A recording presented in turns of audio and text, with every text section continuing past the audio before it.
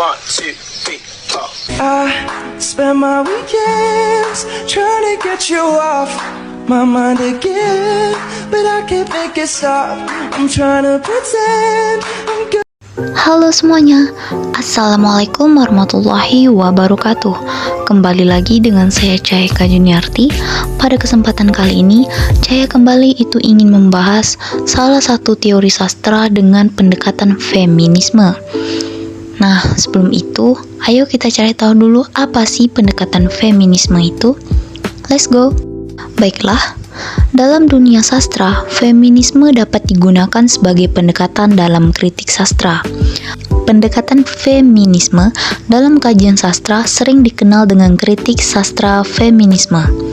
Feminis menurut Nyoman Kutaratna tahun 2005 berasal dari kata feme yang berarti perempuan. Teori gerakan feminis secara khusus menyediakan konsep dan teori dalam kaitannya dengan analisis kaum perempuan. Feminisme bukan merupakan upaya pemberontakan terhadap laki-laki, bukan upaya melawan pranata sosial, budaya seperti perkawinan, rumah tangga, maupun bidang publik. Kaum perempuan pada intinya tidak mau dinomorduakan, tidak mau dimarginalkan. Pada kesempatan kali ini, Cahaya akan menganalisis dua puisi dalam pendekatan feminisme. Yang pertama yaitu puisi Cinta karya Helvitiana, dan yang kedua yaitu puisi Dongeng Marsina karya Sapardi Djoko Damono. Puisi pertama yang berjudul Cinta karya Helvitiana yang berbunyi sebagai berikut. Aku mencintaimu sejak waktu, sejak bumi, sejak sukma, sejak bayi. Aku mencintaimu sampai laut, sampai langit, sampai darah, sampai mati. Setiap hari ku catat dan ku potret kau dalam batin. Kau menempel di buku-buku, di televisi, di gedung-gedung dan panggung pertunjukan. Juga pada angin dan debu pada nafasku. Aku berjalan tersaruk mengundusi semua jejak yang kau tinggalkan. Seperti pemburu yang saru. Panggil aku cinta. Bukan, aku bukan wanita hayalanmu. Aku yang mendambakanmu hingga ke paling lembah. Apakah kau percaya pada ada dan tiada? Sebab aku mungkin ada, sebab aku mungkin hanya tiada. Sepotong diam yang tak henti mencinta hingga penghujung senja.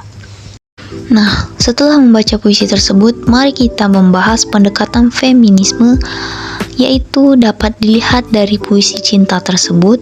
Yang pertama, wanita ingin dicintai apa adanya. Dalam puisi tersebut, jelas bahwa perempuan ingin dicintai dengan apa adanya mereka. Hal ini tergambar pada lirik, panggil aku cinta. Bukan, aku bukan wanita hayalanmu.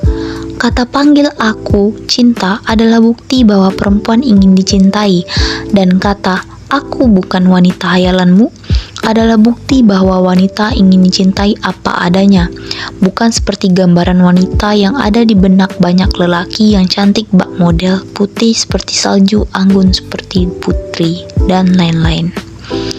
Dan yang kedua, wanita adalah sosok pencinta dalam diam. Dan sosok wanita dalam puisi cinta tersebut digambarkan menjadi sosok yang sangat mencintai. Namun karena sulit atau berinteraksi dengan orang yang dicintainya, keberadaannya jadi seperti ada atau tiada di mata orang yang dicintainya.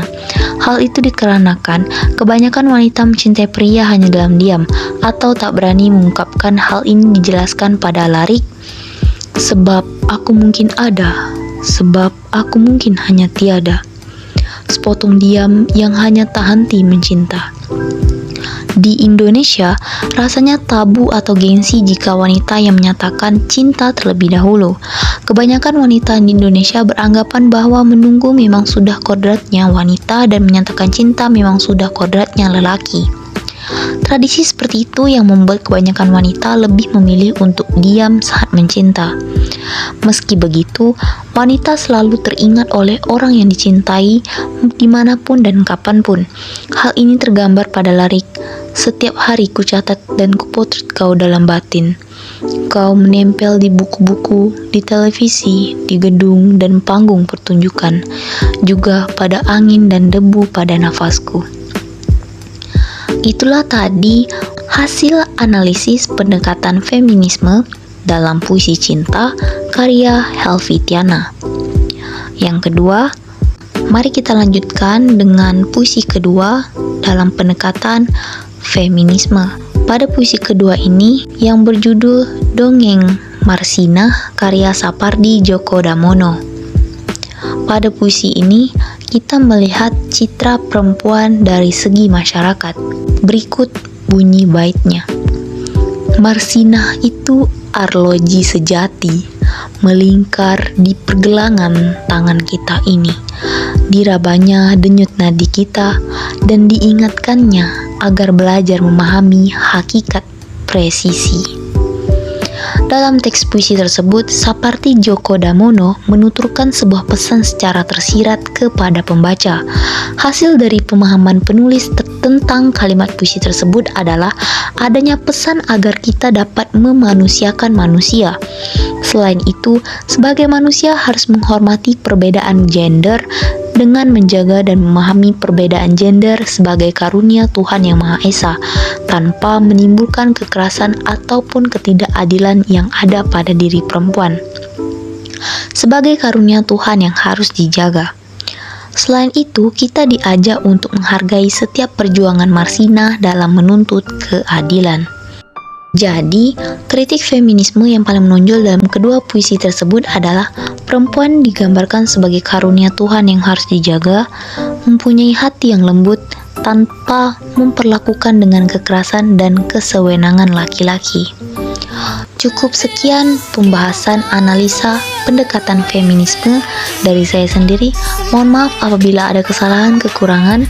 Wabillahi taufiq wal hidayah. Wassalamualaikum warahmatullahi wabarakatuh.